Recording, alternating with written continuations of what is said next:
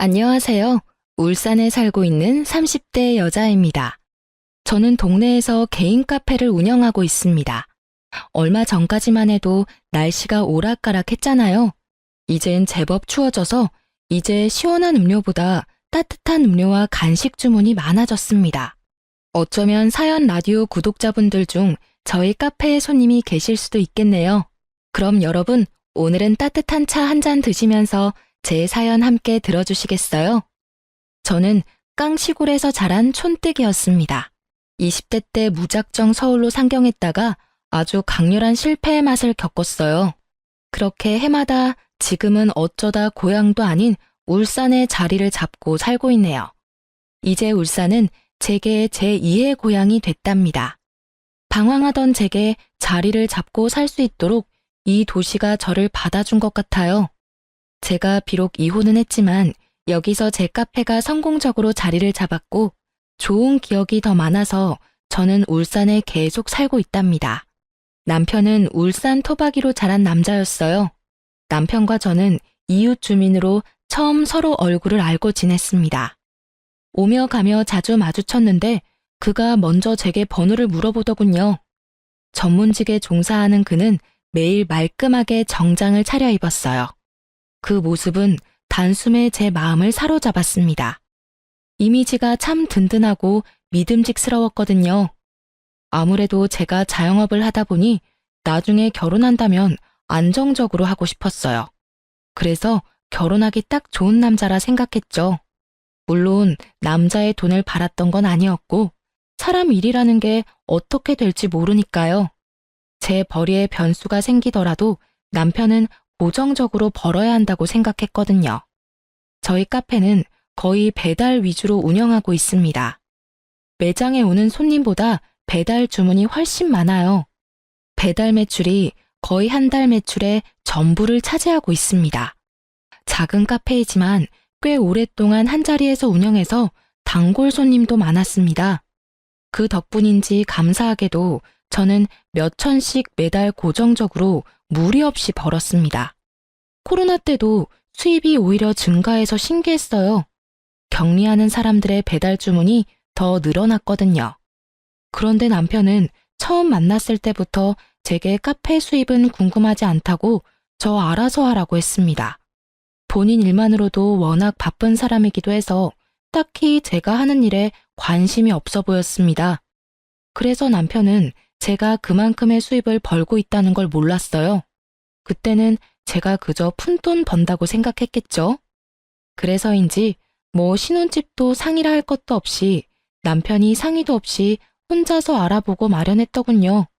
저도 개인적으로 수중에 모은 돈 꽤 있었거든요. 미리 상의했더라면 저도 충분히 돈을 보탤 수 있었는데 좀 당황스럽더라고요. 게다가 결혼식도 아직 안 올린 상태였고요. 나중에 같이 살 집인데 독단적으로 행동하는 게 참 이기적이라고 생각했습니다.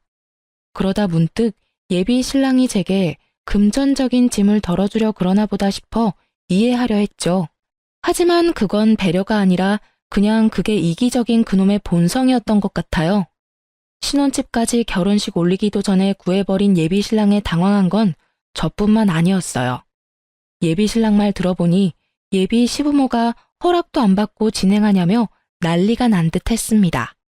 불안해하는 저를 보고 예비 신랑은 모든 걸 알아서 한다고 걱정하지 말라더군요. 처음엔 저를 너무 사랑해서 그런 줄 알았는데 살다 보니 인생의 모든 게 자기 뜻대로 흘러가야 직성에 풀리는 남자였던 것 같아요. 그걸 바보처럼 저는 듬직한 놈이라 착각했네요. 불도저처럼 결혼을 진행하려는 예비 신랑과 달리 예비 시부모는 강력하게 저희 결혼을 반대했습니다. 예비 시부모는 아들의 마음 어떻게든 돌려보겠다고 여러 아가씨와의 맞선을 강력하게 추진했다 합니다. 저희 둘은 결이 맞지 않는 것 같다며 결혼을 아주 불같이 반대했죠. 첫 만남에 인사 나누는데 예비 시부는 민망할 정도로 반응이 냉담했습니다. 예비 시모는 대놓고 밉게 말하며 저를 앞에 두고서도 끝까지 반대하더군요. 그래서 저는 처음 인사드리는 자리마저 시부모가 원해서 나온 게 아니라 그저 예비 신랑의 고집이었구나 원망스러웠어요. 저는 양가 부모님이 축복해주는 결혼하고 싶었지, 이렇게 미움받으며 힘들게 결혼하고 싶지 않았거든요. 정말 승수 너 이 자식, 기어이 엄마 쓰러지는 꼴 보고 싶은 거니? 예, 네 형은 결혼 잘해서 미국 이민 가서 남부럽지 않게 잘 사는데 넌 이게 다 뭐야?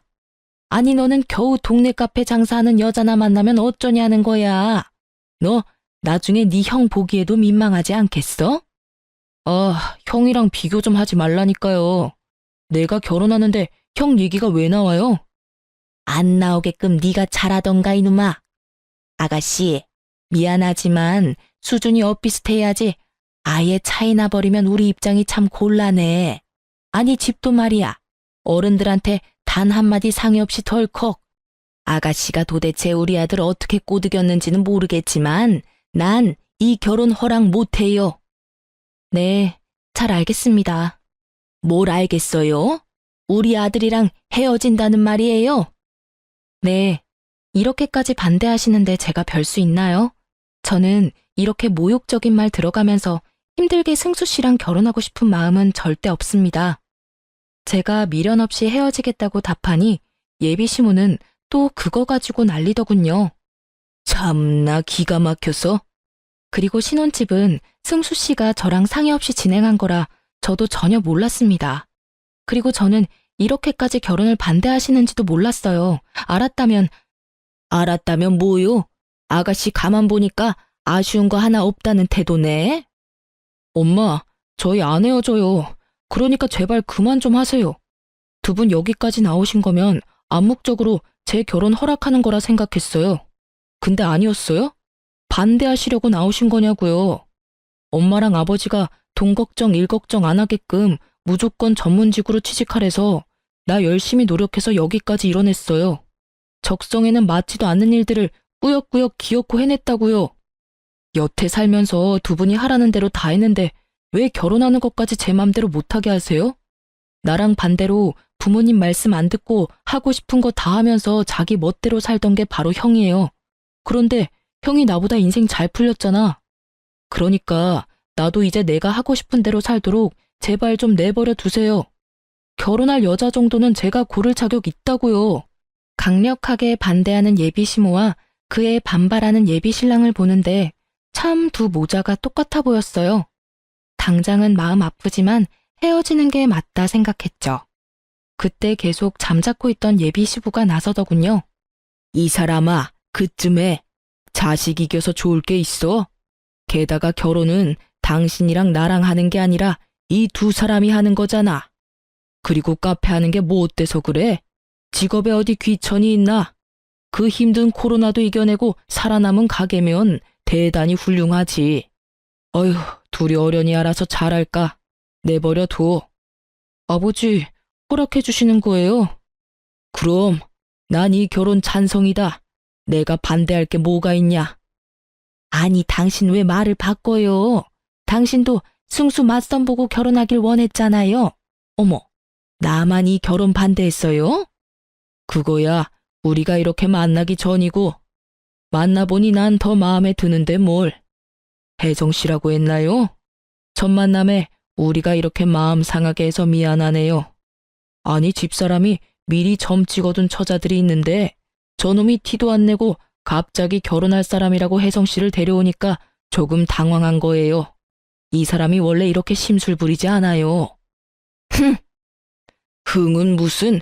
얼른 당신도 사과해야지. 하여간 이 집구석 남자들은 평생 이렇게 나만 소외시켜. 아가씨, 홧김에 막말한 건 내가 미안하네요. 그런데 난 좀 더 두고 봐야겠네요. 엄마, 이쯤 하면 됐다.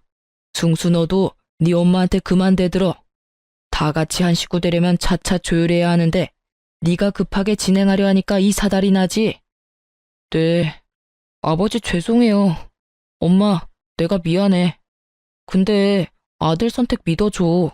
혜성이 착하고 예쁜 사람이야. 으이그 내 팔자야. 고생해서 아들 키워봤자 다 소용없지. 비록 첫 만남은 서로가 아주 불쾌했지만 저는 결국 남편과 결혼 꼴이 냈습니다. 모든 게 시부의 중재덕이었던 것 같아요. 다행히 상견례 때도 시모는 심술을 부리지 않고 저희 부모님께 친절히 잘 대해줬습니다.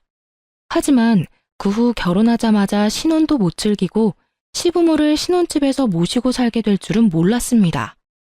일찌감치 결혼해서 미국으로 이민을 간 시숙은 저도 한 번도 보지 못했습니다.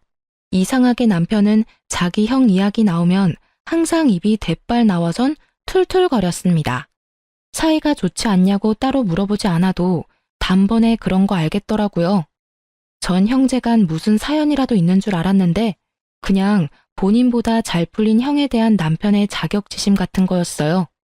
그 자격지심은 저와 상관없는 일이라 생각했지만 결국 불똥이 제게도 날아오더라고요. 지금 엄마 아빠 이혼하느니 마느니 아주 난리야. 뭐? 어머님 아버님이 이혼한다고?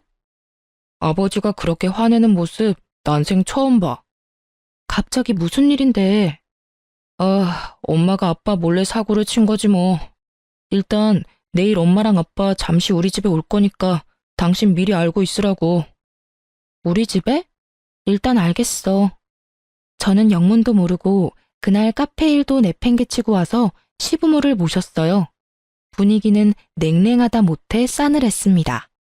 식사를 차려도 시부모 둘 다 먹지를 않아서 중간에서 엄청 난처했습니다. 남편이 퇴근하고 나서야 그 숨막히는 정적은 깨졌습니다. 밥은? 두 분 다 점심때부터 걸으셨지. 차려드렸는데도 안 드셔서 두유라도 챙겨드렸어. 근데 진짜 무슨 일이야? 나도 알아야 뭘 대비하지. 일단 당신은 신경 쓸 거 없어. 시부모와 남편이 대화하기 직전까지 저는 아무것도 모르고 멍청하게 있었어요.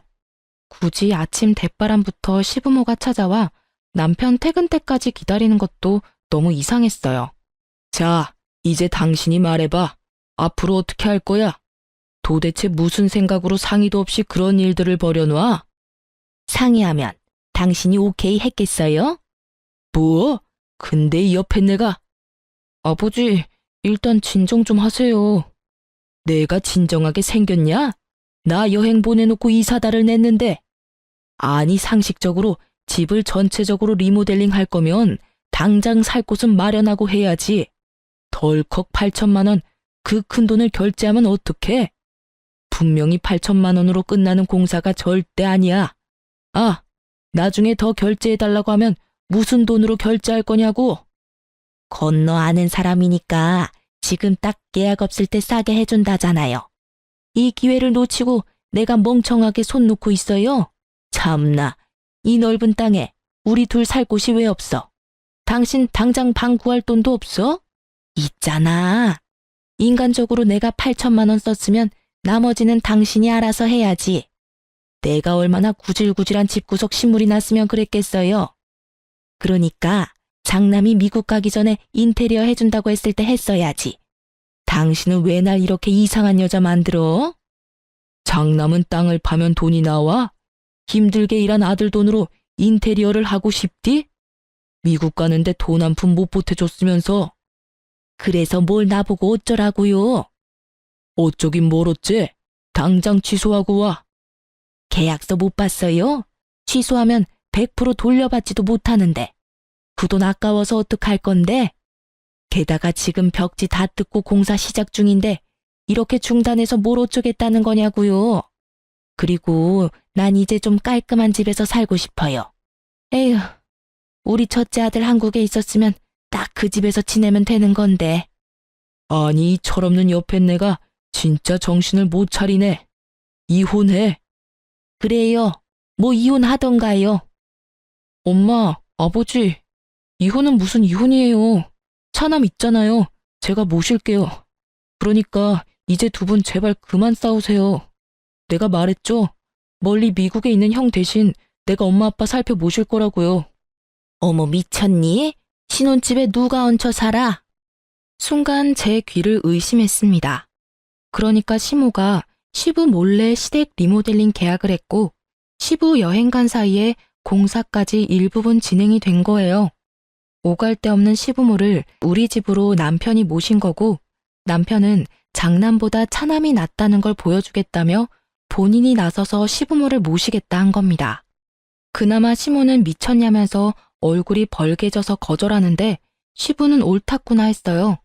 그래, 리모델링 다 끝날 때까지 그냥 여기서 살면 되겠구만. 세아가 조금만 신세를 지졌구나. 시모가 무리하게 리모델링 돈 쓰느라 마땅한 전셋집도 못 구하는 상황이었어요. 그렇다고 시부는 아들 멀쩡히 있는데 자기 돈으로 불편하게 지내기 싫다며 대놓고 신혼집에 같이 살기를 원했습니다. 제가 시부에게 아무런 대답도 하지 못하니까 남편은 저와 이야기 좀 하고 오겠다며 저를 주차장으로 데려가더군요. 그렇게 남편은 저와 한마디 상의도 없이 시부모를 신혼집에서 모시자 하더군요. 당신 괜찮지? 아까는 많이 당황했지. 그래도 우리가 두 분 평생 모실 거 아니잖아. 어차피 내 돈으로 신혼집 마련했고 엄마 아빠 내 집에 못 모실 이유 없어. 이럴 때 형보다 낫다는 걸 내가 보여줘야지. 남편 기 좀 살려줘. 우리가 엄마 아빠 집 리모델링 할 동안만 잠시 모시자.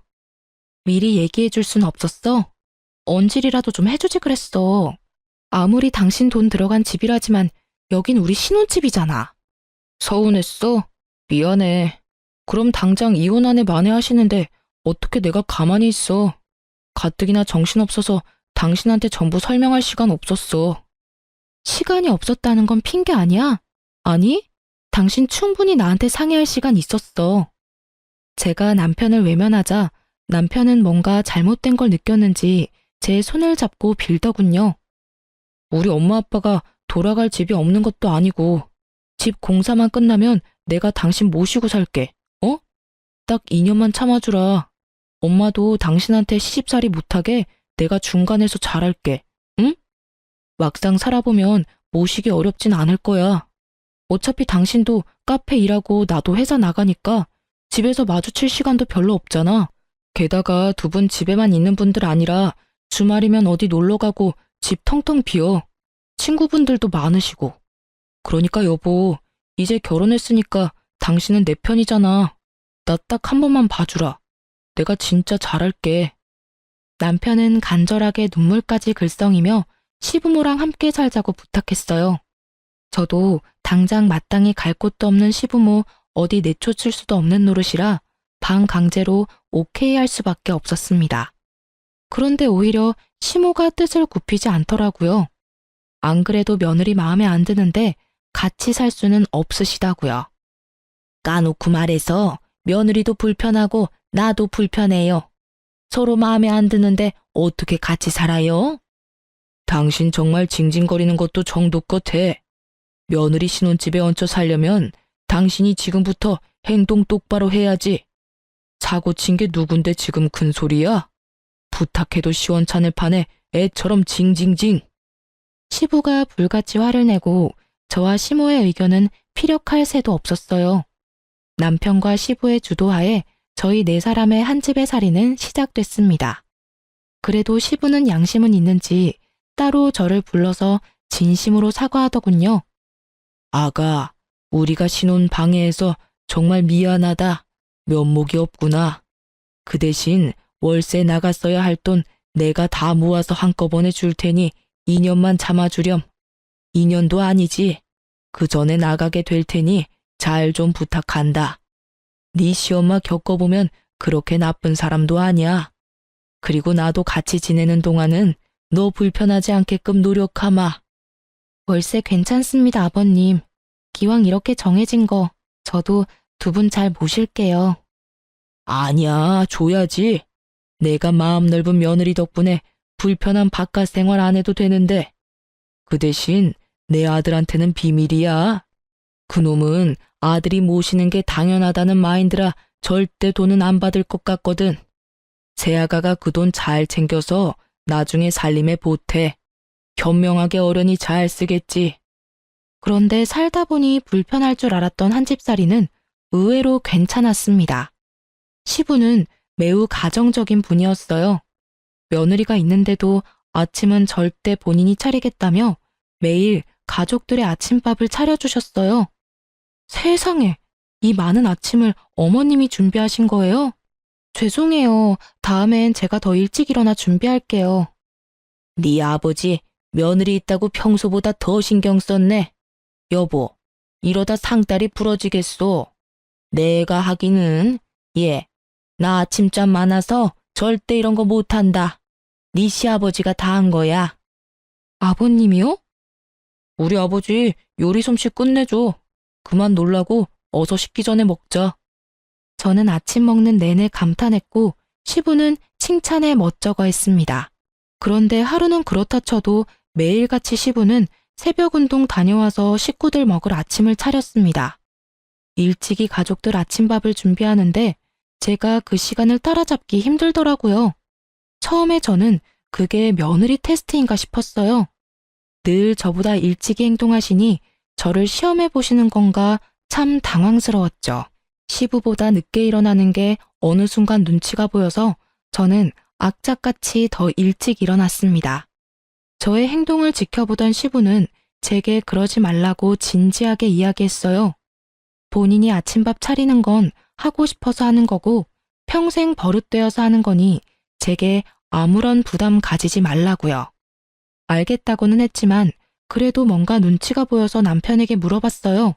그랬더니 남편이 빵 웃음이 터지더라고요. 시집살이를 우리 엄마가 하면 했지 아버지가? 절대 그럴 일 없지. 그냥 즐겨. 신혼집 같이 사는 게 미안해서 하시는 것도 아니야. 우리 아빠는 평생 그랬는걸. 항상 아침은 원래 아빠가 챙겨줬거든. 그러니까 이제 아침을 신경 쓰지 마.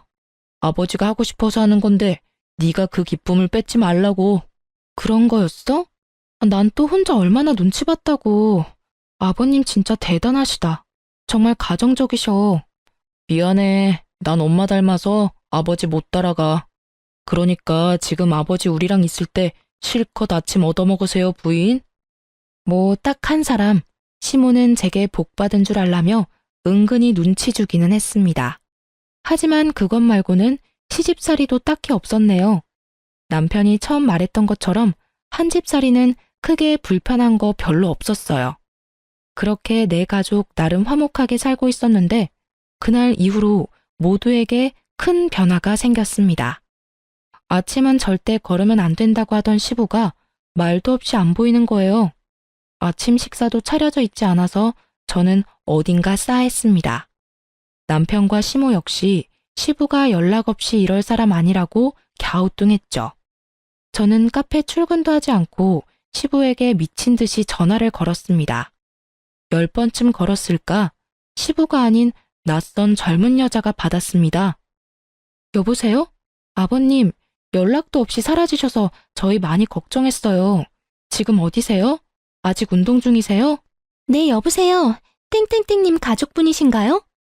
전화 받은 사람은 다름 아닌 응급실 간호사였습니다. 그날 새벽 운동하다가 시부가 갑자기 쓰러진 거였어요. 뇌경색이라더군요. 그렇게 시아버지가 뇌경색으로 쓰러진 후로 더 이상 아버님의 따뜻한 아침밥은 먹을 수 없었습니다. 그래도 한 식구로서 몇 개월 지냈다고 저는 친아버지가 일당하신 것처럼 눈물이 그렇게 나더라고요. 바깥 생활하기 싫다던 저희 시부는 그렇게 낯선 병원 생활을 시작하게 되었습니다. 다행히 시부는 목숨에는 지장이 없었는데 골든타임을 조금 놓친 탓에 오른쪽 손과 다리에 편마비가 왔어요. 다행히 왼손은 멀쩡히 쓸 수 있었습니다. 한쪽이라도 멀쩡해서 저는 다행이라 생각했어요. 아버님을 붙잡고 정말 다행이라고 저는 울었어요. 그런데 시모와 남편의 표정은 매우 좋지 않았어요. 간호사가 그러는데 낙상사고 위험도 있고 24시간 상주할 보호자가 꼭 필요하대요. 간호사한테 누가 보호자인지 말해달라는데 당연히 엄마가 있을 거죠? 간단하게 짐은 이 사람이랑 같이 다시 집에 가서 챙겨올게요. 뭐 필요한지만 말해줘요, 엄마. 뭔 소리냐, 그게? 난 못한다. 뭔 소리야, 엄마? 엄마가 못하면 누가 해요? 다 늙어서 손하기 힘도 없는 내가 네 아버지 어떻게 간병하니? 쓰러지는 거 붙잡다가 나도 같이 넘어질지 몰라. 에이그, 몰라. 난 못해. 네가 네 아버지 간병인을 구하던지 해라. 가뜩이나 호라비 냄새 가득한 이 남자 병실에서 내가 어떻게 먹고 자고 간병까지 하니? 시모는 단번에 못한다고 거절했습니다. 남자 병실에서 간병하는 거 못할 짓이라면서요. 그럴 수도 있다고 생각하기엔 시모의 얼굴엔 시부의 걱정보다는 경멸스러움이 가득 묻어났습니다.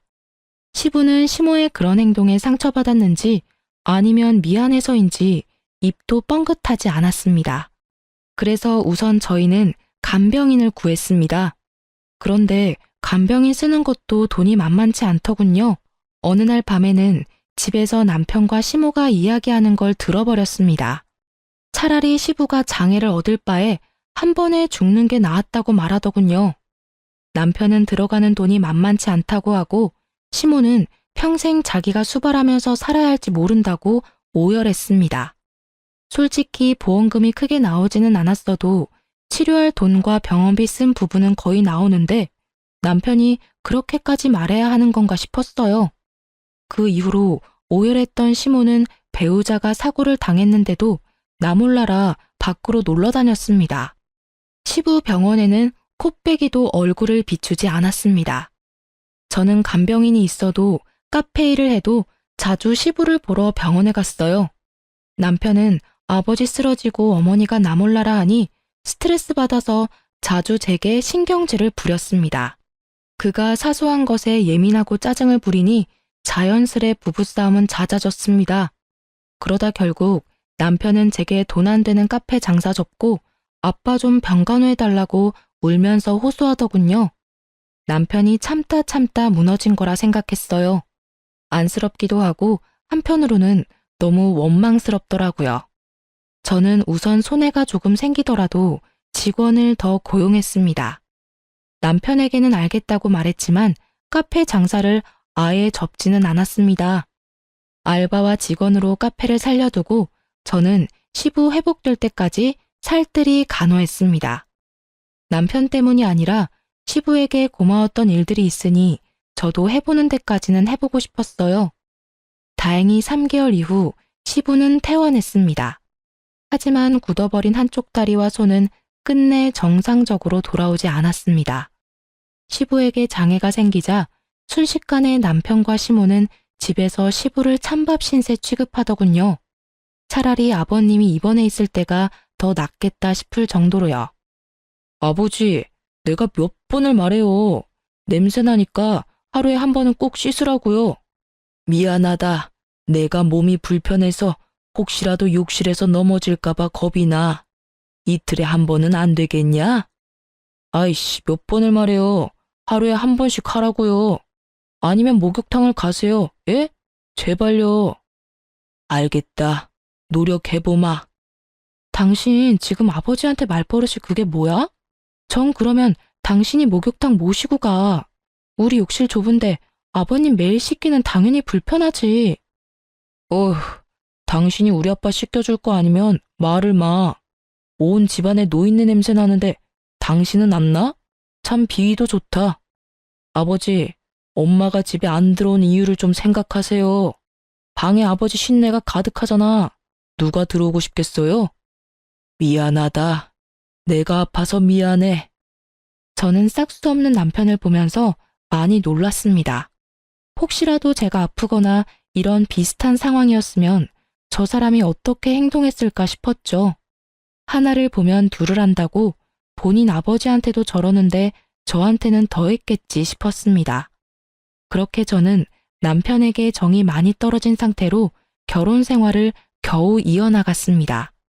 그런 와중에도 시부를 따뜻하게 잘 챙겨드리려고 노력했습니다. 저라도 챙기고 싶었거든요. 아버님, 이게 다 뭐예요? 미안하다. 내가 아침 해주려고 했는데 몸이 말을 듣지를 않아서. 괜찮아요, 아버님. 제가 다 치울게요. 방에 들어가셔서 좀 쉬세요. 내가 아가 너한테도 많이 미안하다. 너에게 참 면목이 없구나. 그런 말씀 마세요. 앞으론 제가 아침 잘 차려드릴게요. 그러니까 아버님 드시고 싶은 거 있으면 언제든 저한테 편하게 말하세요. 아셨죠? 고맙다. 고마워. 하루는 엉망이 된 주방에 주저앉아 있는 시부를 보고 저는 겨우 눈물을 삼켰습니다. 시부는 불편한 몸으로 미움받으면서도 예전처럼 가족들의 아침을 차려주고 싶었나 봐요. 저는 덜덜 떠는 시부 손을 꼭 잡아드렸습니다. 그런데 시부모의 시련은 그게 끝이 아니었어요. 엎친 데 덮친 격이라고 시모가 계약했던 인테리어 업체는 알고 보니 전문 사기꾼들이었습니다. 허구한 날 시부모네 집 리모델링 금액을 조금만 더 달라고 계속 추가하고 말을 바꿨죠. 또 일을 버려놓고 책임감 없는 시모와 사기꾼 리모델링 업체 때문에 남편은 매사에 분노가 가득한 사람이 됐습니다. 결국 무리해서 시모는 남편의 돈까지 써서 인테리어 업체 요구를 다 들어줬지만 결론은 시모가 리모델링 사기를 당한 거였어요. 남편의 본가에 찾아가 보니 폐가 수준이더군요. 그곳은 사람이 살 환경이 아니었습니다. 당연히 그 불똥은 또 제게 튀었고요. 남편은 씩씩거리며 몇 년 더 시부모랑 함께 살아야겠다고 제게 말했습니다. 아니, 그놈의 리모델링에 지금까지 돈 날린 게 얼만데 또 돈을 더 달래요. 돈 날리다니 뭘 날려? 다 공사하는데 필요하니까 그렇지. 엄마, 지금 돌아가는 꼴 보고도 그 말이 나와요? 엄마 지금 사기당한 거라고요. 아, 원래 아는 사람이 더 무서운 법이에요. 처음부터 제대로 된 업체 골랐어야죠. 이러다 아들 모은 돈 다 날리겠다고요. 아, 네가 투자한 만큼 결과물이 잘 나오겠지. 어차피 네 아빠랑 나 죽으면 그 집도 네가 가질 거 아니냐? 좋은 게 좋은 거라고. 마지막으로 엄마 딱 한 번만 도와줘. 됐어요. 지금부터 내가 알아서 해. 엄마는 손 떼요. 내가 어떻게든 그놈들 소송해서 제대로 된 인테리어 완성시킬 거니까요. 그리고 당신이 딱 몇 년만 더 참아줘. 이 소송 길어질 것 같으니까 다 같이 몇 년만 더 살아야겠어. 뭐? 나 참을 대로 참았거든? 얼마나 내가 더 참아야 해? 뭐라는 거야? 당신이 뭘 참았는데? 당신이 돈을 썼어, 뭘 썼어? 전부 내 돈만 썼구만. 나 안 그래도 스트레스 받아 죽겠으니까 당신까지 보태지 마. 당신네 엄마 아빠 집이니까 당신 돈 쓰는 게 당연하지. 당신이 이렇게 같이 사는 사람 무시하는 거 난 더 이상 못 참겠어. 당신이 날 무시하는 것도 싫고 아버님을 무시하는 것도 싫어. 넌 네 부모도 제대로 못 모시면서 또 날 가지고 대리수발까지 들게 했잖아. 너 아버님 모시고 어디 밥 먹으러 나간 적 있어? 안 그래도 답답하실 텐데 모시고 바람이라도 쐰 적 있냐고. 이혼하자. 더 이상 못 해먹겠어. 아니 듣자 하니까 너 우리 아들한테 그게 무슨 막말이냐? 네가 한 게 뭐가 있다고? 어머님도 제발 아버님 구박 그만하세요. 그러니까 남편이 부모 공경할 줄 모르잖아요. 이혼? 결국 너도 우리 아빠 장애인 됐다고 이혼하자는 거잖아. 이 못된 여자야. 아버지 봤죠? 결국 아버지 때문에 나 이혼까지 하겠네. 그냥 그때 죽지 그랬어요. 제가 이혼을 선언하니 남편과 시모는 이혼 탓을 시부에게 돌리더군요. 아이고, 아가, 내가 미안하다. 내가 죽어야 하는데. 아니에요, 아버님. 아버님 때문이 아니라 순전히 저 이기적인 놈 때문입니다. 몸 불편한 가족 있어도 잘 사는 사람 많아. 어쩜 그러니 짐승만도 못한 놈아. 그래, 이기적인 내가 곱게 이혼해 줄게. 근데 너 이혼하면 돈이 있냐 뭐가 있냐? 가진 거 집불도 없는데 이혼녀로 살아갈 수 있겠어? 그렇네. 내 아들은 이혼해도 떵떵거리며 잘 살 테지만 너는 뭘 믿고 이혼하자는 거야? 야, 내가 가진 게 왜 없어? 왜 돈이 없을 거라 생각하는데요? 그럼 네가 가진 게 뭐가 있는데? 남편 놈은 사과나 매달리기는커녕 저를 자극하고 비웃으며 이혼하자더군요. 좀 치사하기는 하지만 저는 그동안 시모와 남편이 제게 돈을 빌리려고 하길래 돈 없는 척하며 제 재산과 카페를 꼭꼭 숨겼습니다. 숨기길 잘했다고 지금도 생각해요. 그런데 시부 역시 그랬나 봐요. 시부는 그동안 시모와 남편이 돈 없냐고 물어도 없다고 했으면서 통장 하나를 주섬주섬 꺼내서 제게 주더군요. 아가, 내가 약속했었지? 이혼해서 꼭 행복하게 살아야 해. 이 집 구석은 다 있고 이 돈으로 새 출발하는데 보태라. 아버님, 이게 뭐예요? 아가 네가 있어서 내가 사람처럼 살았어. 정말 고맙다. 그동안 너무 고생 많았다. 시부가 고맙다고 울면서 통장과 도장을 내밀었는데 세상에 5천만 원이 들어있더라고요. 남편 놈은 통장을 보자마자 눈이 돌아서는 시부를 밀쳤습니다. 시모 역시 통장을 보고 눈이 희번뜩하더군요. 노인네야, 그걸 아들한테 줘야지. 생판 남인 며느리한테 왜 줘? 시부의 통장을 뺏기 위해서 남편과 시모는 갑자기 서로 옥신각신하더군요. 아빠 통장은 당연히 엄마 거지. 내놔 이 자식아. 엄마, 또 이 돈 가지고 가서 리모델링 업체 홀라당 주려고 그러죠? 절대 못 넘겨요. 통장 날 달라고요, 아버지. 저 돈을 널 왜 줘? 미국 우리 장남이 있는데 미국에 돈 보내줘야지. 남한테 왜 주겠냐? 여보 그러지 말고 통장 나한테 넘겨요. 장남 줘야지. 그래야 우리가 미국 가지. 엄마, 무슨 말이 그래? 며느리는 남이라 해도 내가 남이야? 왜 그 돈을 미국에 보내? 시모와 남편 싸우는 꼴 보다가 시부는 있는 힘을 다해 남편에게 뺨을 날렸습니다. 제 부모도 못 알아보는 썩을 놈. 시원하게 남편 뺨 날린 시부는 시모에게 가래침침을 칵퇴 뱉으며 말했습니다. 이게 뭐 하는 짓이에요? 너희들이 무슨 자격으로 내 돈을 가져? 내가 살아있는 한 절대 못 가져. 내가 아프고 병들어도 한결같이 사람 취급해준 사람이 내 며느리야. 통장은 며느리한테 준 거니까 다들 건드릴 생각하지도 마. 내가 가만 안 있을 거야. 그리고 당신 미국에서 늙은이들 반길 것 같아? 웃기지도 않아. 그러자 남편 놈은 돌변해서 내 집에서 나가라며 발악하면서 시부를 쫓아냈습니다. 지가 시부를 밀치는 건 되고 시부가 자기 뺨 한 대 친 건 용납이 안 되나 봐요. 다시 한번 시부에게 손 찍어 마려는 남편 놈 보고 저는 온 몸을 날려서 시부를 감쌌습니다. 다행히 시부는 다치지 않았지만 머무를 집은 완전히 잃었습니다. 저는 고민도 하지 않고 시부와 함께 시골 친정에 갔습니다. 너무 갑작스러워서 친정 부모님 두 분 다 당황하는 눈치였지만 시부 편하게 잘 지낼 수 있게 한다고 제게 걱정하지 말라고 하셨어요. 시부를 안전한 곳에 모시고 저는 다시 울산으로 돌아와 밀린 카페 일을 하면서 지냈습니다.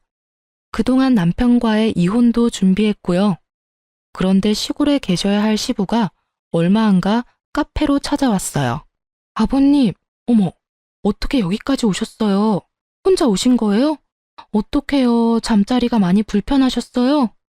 그런 게 아니라 그런데 시부는 최근에 본 적 없는 해맑은 미소를 지었습니다. 안녕하세요. 처음 뵙네요. 제가 모시고 왔습니다. 네? 누구세요? 네, 그렇게 저는 미국 살고 있는 시숙과 처음 인사했습니다.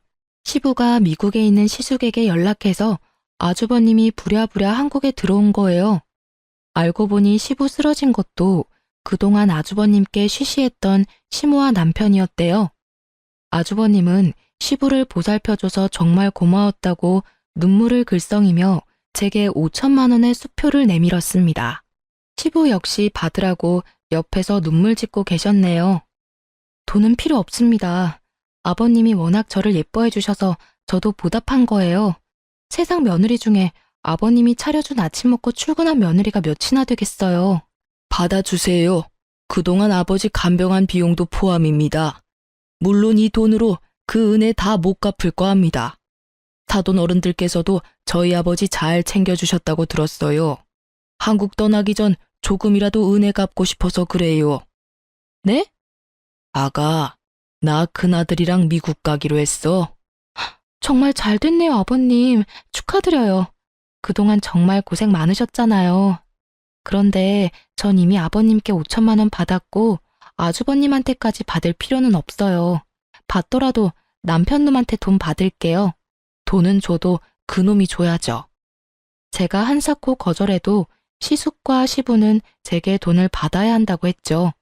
살짝 실랑이를 벌이고 있는데 그때 남편과 시모 카페에 도착했습니다. 시부가 미리 불렀었나 봐요. 형이 여기 어떻게 있어? 시숙을 보고 놀라는 남편과 달리 시모는 아주 웃음꽃이 폈더군요. 아이고 우리 장남, 한국 오면 온다고 왜 말을 안 했어? 미리 짐 싸놓고 기다리는 건데. 나 데리러 온 거 맞지? 그럴 리가 있겠어요? 뭐? 시모에게 냉정하게 한마디를 하고 시숙은 남편에게 성큼성큼 다가갔어요. 뺨을 크게 날리려는 제스처를 취한 시숙은 남편이 두 눈을 질끈 감자 젠틀하게 손을 내리더군요. 너랑 똑같은 부류 되고 싶지 않아서 내가 참는다. 알겠냐? 아버지가 그동안 우릴 어떻게 키웠는데 손찌검을 해. 네가 인간이냐? 짐승이지. 엄마도 그래요. 사람이 어떻게 그래요? 아버지가 평생 엄마한테 얼마나 잘해주셨는데 누구라도 아버지 아프셨으면 나한테 말했어야지. 아이씨, 야, 때려봐, 때려. 때리려던 거 아니야? 자기만 잘 살겠다고 온 가족 버리고 미국 떠날 때는 언제고 이제 와서 무슨 효자 코스프레야? 그래, 효자 코스프레 제대로 해볼게.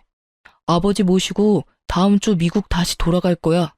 그러니까 어머니는 둘째 아들이랑 잘 사세요. 이제 나 2번 다시 한국 안 들어올 거니까요. 뭐? 날 데리고 가야지, 날. 다리도 제대로 못 쓰는 아무짝에도 쓸모없는 네 아빠를 뭐하러 미국까지 데려가? 아이고, 날 데려가란 말이다, 날. 참나, 그동안 아버지 챙긴 게 누군데 아무것도 안 주고 그냥 가려고? 내가 그동안 쓴 돈이 얼만데? 돈이라도 내놓고 가. 남편 놈은 자기 형한테 돈 내놓으라며 난리를 피웠어요. 눈에 보이는 저희 카페 물건 깨부수고 말릴 새도 없이 마구 던지더군요. 남의 영업장에서 미친 거야? 그만하지 못해? 아버님 챙긴 돈을 달라고? 그게 네가 할 말이야? 내가 산 증인이야. 아주버님, 저놈 한 거 없어요. 돈 절대 주지 마세요. 그러자 남편은 끼어들지 말라며 제 뺨을 날리고 기어코 자기 형에게까지 주먹을 날렸습니다. 말리던 시부도 그에게 밀쳐져서 쓰러졌어요. 시모가 경찰에 신고해서 경찰 도착해서야 상황은 종료됐습니다. 시부, 시숙, 그리고 저까지 저희 3사람 다 남편을 폭행죄로 신고했어요. 카페 CCTV 영상을 경찰에 증거물로 제출했고요. 저희 3사람은 경찰 조사 때 절대 합의하지 않겠다고 선전포고했습니다. 남편 놈은 그러든지 말든지 반성은 끝까지 안 하고 당당하더군요. 벌금 뭐 얼마나 한다고? 내면 되지 뭐. 벌금으로 끝나겠어? 그럼 뭐 어쩔 건데? 네가 다니는 회사 이름 뭐라고 했지? 설마 치사하게 회사에 알리려는 건 아니지? 미리 살 길 알아둬라. 형 미쳤어? 진짜 1억이야? 그럼 가족들 마음에 상처 준 네가 앞으로 혼자 잘 살 수 있을 거라 생각했어? 빨리 새로운 일자리 알아둬. 네 엄마는 네가 모셔야 하잖아. 아이고, 나도 미국 데려가라. 내가 잘못했어요, 여보. 장남한테 나도 데려가 달라고 말해봐요. 옆에 내야 미국 가서 또 무슨 사고 칠 줄 알고. 남편 놈과 시모는 시숙과 시부의 바짓가랑이를 잡고 한참을 울면서 빌었습니다. 하지만 시숙은 그대로 가만히 있지 않았어요. 남편 회사에 시부 존속 폭행 사실을 알렸습니다. 경찰과 연루되면 안 되는 민감한 직장이라 남편 놈은 바로 회사에서 잘렸습니다. 믿을 거라곤 직장밖에 없던 그놈은 한순간 모든 걸 잃었습니다. 시모도 미국행 티켓을 잃었죠. 뭐 본인들의 어포라고 생각합니다. 저는 그 뒤로 이혼과 재물 손괴죄로 남편 놈에게 소송을 진행했습니다. 받은 돈으로 실력 좋은 변호사를 선임하니까 제가 원하던 결과를 빠르게 받아볼 수 있었어요. 시부는 곧바로 시숙 따라 미국 가서 지금까지도 잘 살고 계세요. 시모는 뭐 리모델링 사기당한 거 결국 집 날리고 개털됐다 하네요. 전 남편은 일 잘리고 자기 커리어 망치자 술에 절어 산다고 들었습니다. 시모는 회사 잘리고 하루아침에 주정뱅이 된 아들한테 한 푼이라도 더 뜯으려고 하더라고요. 이웃 주민들이 제게 전해주기를 시모는 장남이 자기를 안 데려갔다고 찡찡거리며 산다고 들었습니다. 그렇게 끝일 줄 알았습니다. 전 남편이 재물 손괴죄와 카페 영업 방해죄로 제가 손해본 것들에 대해 경찰에서 조사받다가요. 제 카페 월 매출 몇 천인 거 알고 개거품 물었다네요. 그대로 카페 찾아와서 장사가 이렇게 잘 되는 카페였냐며 제게 화를 내는 거 있죠? 이렇게 손님이 없는데 무슨 월 몇 천이야? 지금 돈 더 뜯어내려고 사기치는 거 아니야?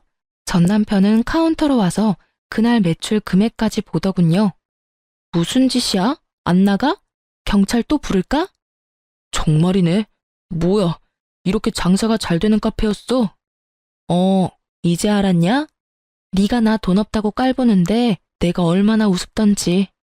우리 카페 배달 위주로 해서 매장 손님은 원래 별로 없어. 이제 곧 주문 많이 들어올 시간이니까 제발 꺼져줄래? 전 남편은 잘못했다고 빌면서 우는데 돈이 아주 급한가 싶었어요. 10,000원짜리 한 장 던져주고 꺼지라고 했네요. 저는 현재 보란듯이 잘 먹고 잘 살고 있습니다. 시부가 준 5,000과 시숙이 준 5,000으로 카페 2호점을 개업한 지 3달 됐습니다. 1호점 매출보다는 못하지만 그래도 이혼의 아픔은 뭐 느낄 새도 없었습니다. 여러분, 상황이 아무리 안 좋아져도 자기 가족 버리고 함부로 대하는 사람 정말 근처에 두어선 안 된다고 생각해요. 자기 자존심을 최우선으로 생각하던 전 남편은 형한테 지기 싫은 게 가족보다 먼저였던 사람이었어요. 아픈 아버지를 보살피려는 생각은 하지 않고 능력 좋은 자기 형한테 혹시라도 아버지를 뺏길까봐 전전긍긍하던 사람이었거든요. 그렇게 속 좁은 인간을 제가 배우자로 생각했다는 게 뒤늦게 너무 부끄럽더라고요. 돌이켜보면 저는 어릴 때 항상 부모님께 무한한 사랑을 받고 컸던 것 같아요. 그래서 큰 사랑 받은 만큼 누군가에게 사랑을 줄 수도 있어야 한다고 배웠거든요. 그에 비해 전 남편은 어린 시절 사랑을 많이 못 받은 사람의 표본 같더라고요. 여러분도 항상 가족들과의 끈끈한 사랑 놓치지 않았으면 합니다. 평생 믿고 의지할 수 있는 사람은 가족뿐이잖아요. 비록 제 전 남편은 그릇이 너무 작아서 믿고 의지할 만한 인간은 못 되었지만 시아버지가 가족들에게 매일 차려준 그 아침 식사에서 가족을 얼마나 사랑하는지 저는 전부 느낄 수 있었답니다. 그래서 그 힘든 수발도 견뎌낼 수 있었어요. 요즘 세상이 많이 삭막하고 또 뉴스에도 사건 사고가 터져나가는 마당에 여러분 주위에는 항상 좋은 일만 가득하길 기도하겠습니다. 그럼 지금까지 제 긴 사연 들어주셔서 감사합니다.